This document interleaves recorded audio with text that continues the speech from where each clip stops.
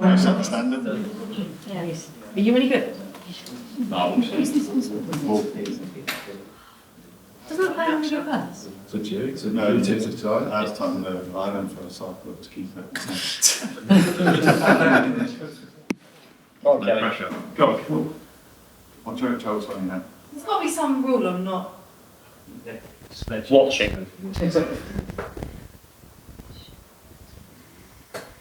Oh no. That's all right. That's all right. 26. Oh, it's needed.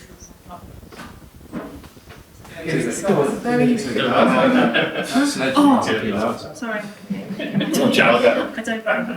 This is going to be so easy for him to beat. Oh, love it, lad. Start at 50. I don't think we need 50. to. Yeah. 26. Oh, what? Wow. You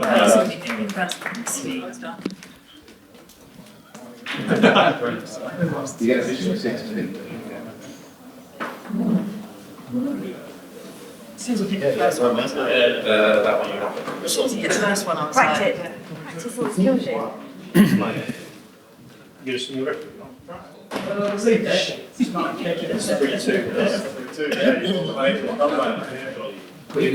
You? Fine. You can play for Fine. Fine. Are you good at that? Fine. Okay, good afternoon, everyone, and welcome to this press conference with Jarrod Bowen. As ever, if we can take through a maximum of 3 questions each, and we'll get around as many as we can. And once again, we'll have a little embargo section at the end. So, Rob, get us underway. Hi, Jarrod. Good to see you. Listen, you featured in both of England's 2 opening games, and when you look at the masses of wide attacking talent that there is in this squad, just how big a compliment is that for you?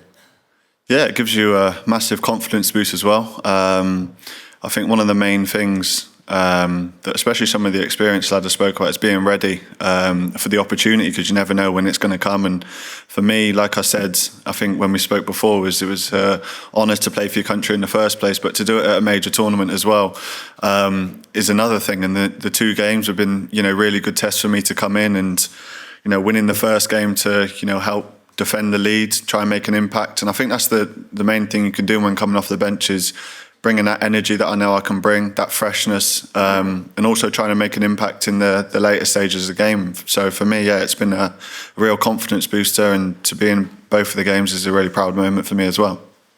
It feels like there's a lot of negativity around in the media and maybe with some of the England fans as well after those first 2 performances. Is that a bit harsh when you're still unbeaten? And I wonder what the mood's like in the camp. Yeah, no, mood's really high, and you try not to get involved in the outside world, because what we've got is a real tight group, a real togetherness, and like you said, we're sat here with 4 points, and it's probably the standards that we've set that it's not 2 wins, but it's still 4 points. We're still top of the group, and we're still in control of our own destiny. And we go with Tuesday's game, win that, and then we're going into the knockouts. But there's a lot to get to that win. They're a really good side, a lot of respect to them, and I think every game is so different. It's my first tournament, but the teams that you come up against all pose different threats, and Serbia were very direct, had a lot of crosses in the box, and Denmark were a lot more technical, I thought. But again, I guess that's tournament football, and the teams were really good opposition. So we know Tuesday will be a difficult game, but we know what we have to do, and we're calm about it. We're not sat here with 2 games, 2 losses, bottom of the group. We're, like I said, still in a really good position. So looking forward to the game Tuesday, I think. The manager said that the squad generally has some fitness issues, and 2 vital players in Jude, Bellingham and Harry Kane seem to be struggling a little bit. How worried should we be about where those 2 are at right now? No, I wouldn't be worried. You're coming off the back of a really big season. The games that we've had are quite. I think it was 4 days after the Serbia game that we played the other night as well. So I think it's challenging for everyone. I think everyone was, out on their feet, especially after the second game as well. That quick turnaround of the games, and like I said, that's when it's important that everyone's ready for their opportunity, because you never know when it's going to come. And everyone's in a good place. They're just running a lot, so probably tired. But no, everyone's in a good place, and I feel like everyone's ready when needed.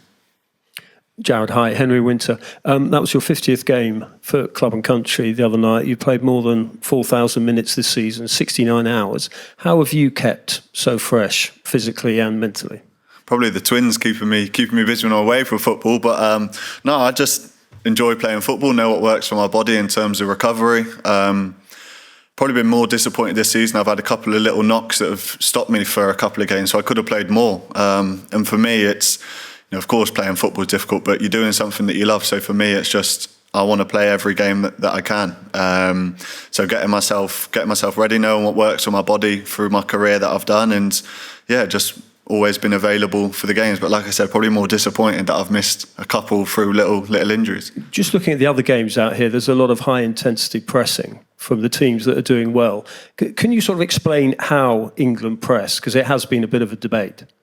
Yeah, no, I think it's, the games that we've had, especially the first game, Serbia were, like I said before, very direct, went forward, and we knew that, if we maybe stepped on a bit too much, the second balls, we leave ourselves open, in the middle of the pitch. So, I think it's finding the right balance. And I think in games we've done one the other day when he won the ball back on the edge of the box. And it's just finding the right moments and the right balance to go, because, like you said, it's challenging to press for 90 minutes. I don't think any team can do that. But it's picking the moments, and as soon as you win the ball back a couple of times high up the pitch, the opposition will then, they might go longer, or they might think again about trying to play out from the back when you get that success from it. But not all the time you're not going to get success, but it's about sticking with it. And when we do win the ball back in the dangerous positions like we done the other night.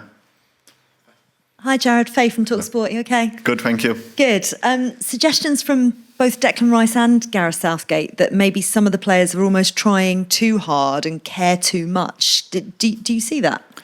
I think it's difficult to say care too much, because you're playing for a country at a tournament. Of course, you want to put everything into the game, but I think it's important to find that balance of, yes, you want to be hyped up for the game, but not too much where your emotions can kind of boil over. And then, not the other end of the spectrum where, you're too calm and too chilled on the pitch. So I think it's about finding that balance in terms of being calm, being ready. And I think we've got that in the changing room a lot. And, I think the first game was, we put everything into that to win that game. I think we spoke about in the build-up of that, winning that first game, getting off to a good start. And, we wanted to win the second game as well. Of course we did. But in the end, we took the point. And like I said, it's all for Tuesday now. We're in a really good position. And, I've been a fan of England. This is my first major tournament. I remember watching the last Euros and the World Cup. We were sat with 4 points after 2 games. So, it's the same position as before. It's, calm minds around the camp. Players have been here longer than some players, know what it takes. And, I think the main message is, we're calm, we're ready, and we look forward to the challenge on Tuesday. What's your message to the fans? Because there does seem to be a bit of a split. Obviously, the performances haven't been how you would have wanted them, and everybody has come out and said, we can do better than this. There's a split between the fans who are being reasonable, saying top of the group and 4 points, and the others saying this is not good enough. What message do you have for them? No, listen, I get it as well. Because you want to win the games and you want to be in the best position possible. But sometimes it's not as easy as that. And the support here is like I said before, it's my first tournament, so it's my first time seeing England at a major tournament with the fans and the following that it is. And for me, it's one of the best. And yes, we're disappointed that we haven't won the game, but I think, like I said before, those are the standards that we've set. We want to win these games. We want to win as many games as possible. But, it's not given to you as easy as that. There's always a process that goes into the game, the build-up, getting to the game, and then dealing with the game when we get there. So I think it's probably just a mix of that we've set such high standards that, it's not... We don't expect to win every game, because I think that's, a bit of an arrogance. But, we're always confident in our own ability to win. But my message with your fans was keep sticking with it, keep showing the support that you have done, because for me to experience it has been incredible. So for me is stick with it, and we'll see you on Tuesday. just one final question. Just wondering, from a psychological point of view, the mentality has been brought into question a couple of times, especially with a lot of the younger players. And I understand that there is no specific psychologist in camp. So how do you make sure, what do you do at West Ham versus what you do in England? Do you need somebody to bring that balance that you talked about? No, because I think the balance that we've got, like I said, there's some players, myself included, it's their first major tournament, and you've got players that have done 5 or 6. So, it's a real good balance. And, you go through challenges every week at your club level. Yes, it's, for your country, and it may be different, but for me, it's still the same challenges with opposition, the build up to games, the pressure of it. But I think we've been playing long enough now to understand what it takes and what it takes to play for your country and represent your country at a major tournament. So for me, the guys that have been here a longer time have been really supportive with that. And, if you ever need a conversation, you can always have a quick conversation. But yeah, like I said, we've been players playing at the highest level. So you know what it takes to win. I feel like we're a team of winners, and we want to win and really want to achieve something. So like I said, it's finding that balance of having players that have experienced it, to maybe help the players that haven't experienced it before. But I think it's a really good balance to have as well. Hi, I'm Davide with Gazzetta in Italy. You mentioned this is your first tournament. I'm curious, what have you learned so far about the experience? How much the experience is making you better?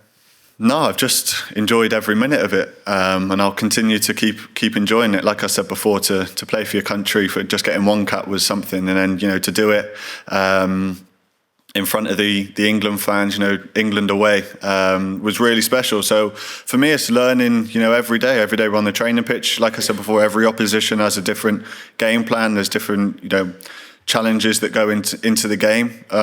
So for me, it's, of course, I've enjoyed it. I think you've got to enjoy it with your first tournament, but you've also got to be ready when your opportunity comes, when you step foot on the pitch.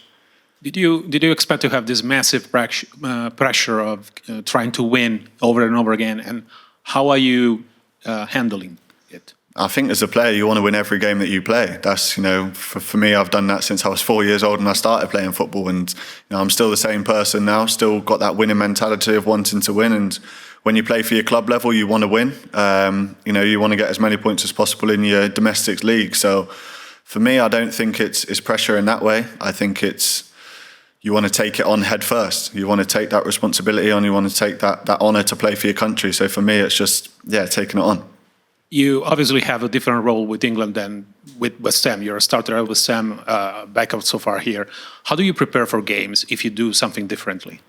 I just prepare exactly the same. I've always done it, even when, at West Ham, when I haven't started a game, I still prepare as if I'm, playing the game, because if you do come on the pitch, you have to be ready and you have to have your preparation exactly the same. So for me, that's what has worked for me. So that's what I'll, keep doing moving forward. Okay, we go James Ollie next, and then back to Jerry Lawton. Hi, Jarrod. The manager's talked about some of the players who haven't been to a tournament before maybe being surprised by just the level of scrutiny around the team. It's obviously, as you say, your first tournament. I mean, how have you found it? Like I said before, I try not to get caught up in the outside world and try and, that's the same at my club level as well. I think there's scrutiny at club level as well when you play. And I think as a player, if you want to be a winner, if you want to achieve things, I think you have to shut yourself away from that and focus what you have in the group. And I think that's the main message is, for us as players, is we know what we have as a group. And of course, football is a game of opinions, and we know there's going to be highs, there's going to be lows, but it's about sticking together through every single moment. There's going to be disappointment along the way, but like I said at the start, we're calm. We've got a real good togetherness, and for me, it's just I'm focused on every day on the training pitch, learning, and then when it comes to a game day, if I can get onto the pitch, it's about trying to make an impact and playing the football that I know I can do. So for me, that's my mindset of dealing with the scrutiny, if you say. So you sort of come off social media completely, do you? No, I'm not off. So I haven't deleted my socials, but I'm on there. But it's, I've got friends, I've got family on there. of course, I think you can get caught up. If you want to look for things, you can look for things. But for me, I don't want to look for things, so I'm not going to look for things. Do you sort of encourage some of the other players to maybe do the same, just ignore it for a month? Yeah, but I think, we're not sat next to each other on our phones. We try to be a little bit more sociable than that.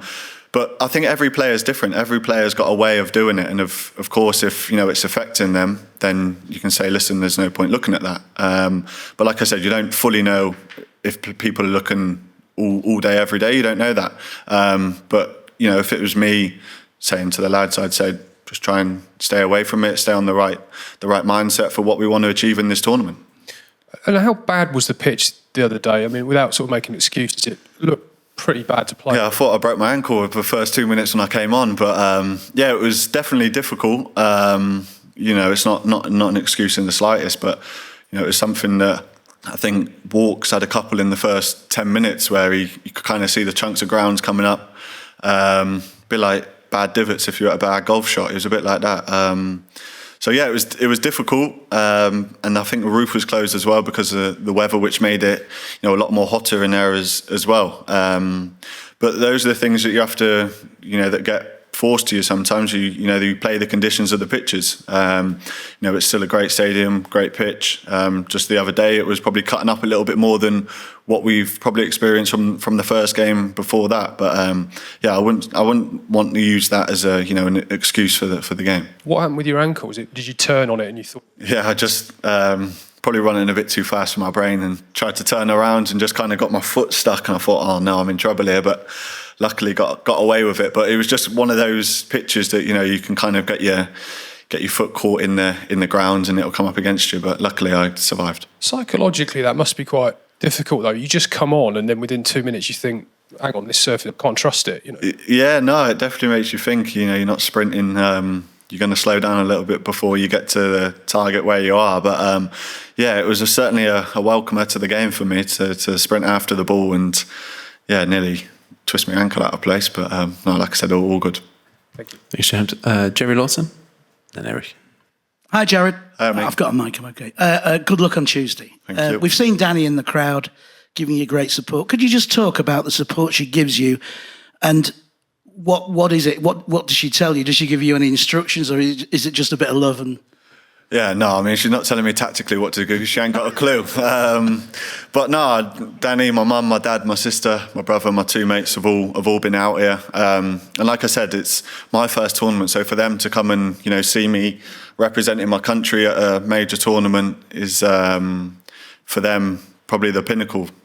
So yeah, Danny's been great with, travelling in and out, back home to Germany, back again, getting back late.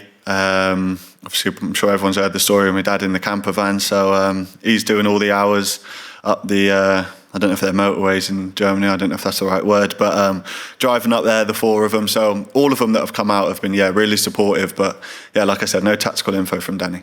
has he turned up in the camper van at the hotel? What, my hotel? Your hotel? No, I can't get close to that. No, he's just been, I don't know where he's been, to be honest. He just kind of parks it up somewhere. I said take the England flags down just in case it gets, the windows might get put through if the wrong fans come across it. But no, it's definitely been, they've enjoyed it. It's been long days for them, but with four of them, they can all kind of drive along the way and take turns in driving. I think my brother fell out by the time they were 5 minutes up the road. So you can imagine they've got, I don't know how many hours, and they've already fallen out. So, but no, it's like I said, it's for me representing my country at a tournament, and then for them to come and do it that way, the way they're doing it, is really special for them as well. And what about father-in-law? He's not known for a man to resist a tackle on his TV and Hollywood career. A massive England fan. What advice has he given you about the tournament and specifically perhaps about Tuesday?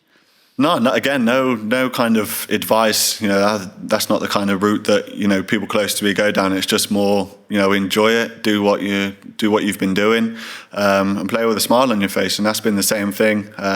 Always gives me a message of good luck before a game, which is really nice. And I don't know if he's coming out to the games or not. I'm not sure what his schedule's doing. Hopefully he's not on the pitch. I see him 2 foot to someone the other day in Soccer Aid. But no, like I said, nothing in terms of advice and, you know, not how to play football, but, you know, in terms of the game, it's just more good luck and enjoy the game. And that's, you know, him and my whole family as well. Thanks very much. Thanks, Jerry. Pass across to Eric there, and then we'll go Pierre. Hi, Jarrod. Eric Peters, Bill Germany. So how important will it be for England to finish top of the group to avoid a possible clash against Germany in the round of 16? It'll be good for the spectators, I'm sure. But no, we know what we have to do. We're kind of in control of the destiny of the group. And, you know, every game that we play, we want to win. It's not about, you know, trying to avoid teams. You know, to be the best and to be winners, you have to beat the best. So, you know, for us, it's wanting to win every game. So the game Tuesday, we go there wanting to win that game, of course. You know, I don't think it would be ever in our mindset to, you know, say we're playing for a draw. For us, we're, like I said before, a group of winners. I truly believe that. And we go to Tuesday with the mindset to win the game, and you know, then the knockout stage, football take care of itself. Who you play against. Can you say something about the atmosphere here in Germany? So, are you satisfied with it? Yeah, no, very satisfied with the atmosphere. I think it's really good. You know, the Denmark game the other day, all their red T-shirts behind the goal. It was some spectacle, and obviously the England fans away travelling as well have been loud as anything. So yeah, it's been a really good atmosphere, as you know, at the stadiums. Thanks, Eric. And we'll finish the live section with Pierre. Hello, I'm Pierre from French newspaper L'Équipe. Just one question about your hotel. Do you enjoy it? And it looks like a bit isolated, and I was wondering in which extent does it help you maybe to be far from the external noise and to focus on competition? Yeah, really important. And that's, you know, what I think the managers tried to do, keep it, you know, try and keep it homely, you know, and then when it's down to the training pitch, it's about this is work time, and I kind of have that split of, you know, this is for, you know, your relaxation and chill out time, and then when it's down to the training pitches, it's work time. So, you know, that's been working really well for us, and yeah, it's been lovely stay so far. Thanks. Sorry, one more in the live section at the back there. Hi, Jarrod. Abraham Romero from Spain, from El Mundo. Are you watching the rest of the tournament? Which teams do you think are doing better? And especially, what do you think about the Spanish team? And if Jude has told you something about it. Thank you. I thought you'd ask about Spain because they're doing so well. But no, there's been lots of really good sides that have, you know, started really well. I think Germany and, you know, their country as well have started really well. There's a couple of underdogs that, you know, I've been really impressed with. Turkey played the other day, and I thought that was Turkey against Georgia was just all-out war, and I thought it was brilliant to watch. So, you know, there's been lots of teams that have started really well, but, you know, it's still early days. We're 2 games in, sorry. So lots more opportunities for games to come up. But, yeah, of course, Spain are doing well. I'm sure that's why you asked the question. Okay, we'll end the live section there. Now move on to a very short section about